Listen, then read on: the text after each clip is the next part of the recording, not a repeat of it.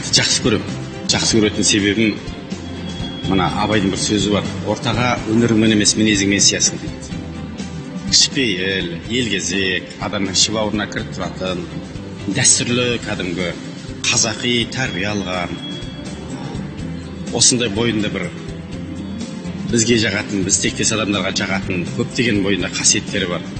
Баяғыда елдің барлығы жапырлап Қайраттан интервью алып жатқан кезде мен орысша білмеймін, осы қазақ тілінде ғана сөйлеймін деудің өзінде, білесіз бе, тек қана қазақша біліп, орысша білмей-ақ осы бүкіл елді аузына қаратқан осыншама танымал адам болуға болатындығын көрсеткен біздің Қайрат қана. Сосын Қайраттың отбасында көрген тәрбиесінің өте жақсы екендігін байқаймыз. Әкесі Нұрекеңді де, мамасы Гүлекеңді де білем, қарап отырсақ, өте еңбекқор қылып, табанды қылып, осындай тамаша тәрбие берген. Қайраттың осы бір қыры талай адамға үлгі болатын азамат деп ойлаймын. Отының басында да сондай өзі жақсы әке ретінде де, бала ретінде де әкесі мен шешесінің ризашылығын тапқан сондай азамат ретінде біраз жастарға осы қырынан Қайрат үлгі болар. Енді әншілік жайында бәріңіз айтып жатырсыздар ғой.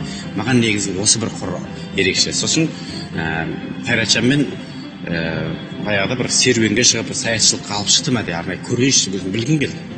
Сонда қарағанда Түркістанның баласы ғой, аттың құлағында ойнайтындығы, астына мінген асауа тигеріп кететінді, бұл да бір жігіттің бір жақсы қыры деп ойлаймын.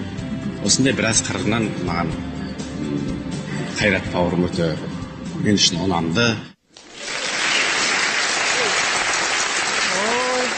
Бекболат ағаңмен саятшылыққа шығудың өзі бір арман ғой, әрбір азаматқа. Жаңа Ринаттың нағыз азамат деген сөзін тағы бір жалғастырып кеткендей, Бекболат ағамыздың. Қайрат, мынадай сұрақ. Муз-ТВ-ның үлкен сыйлығын алып жатырсыз. Осындай атақ даңққа жеткен әншіні кеше мойындамаған адамдар кейде телефон шалып, дуэт болып шығайық, бүйтейік. Сөйтіп жатқан кезде қандай сезімде боласыз?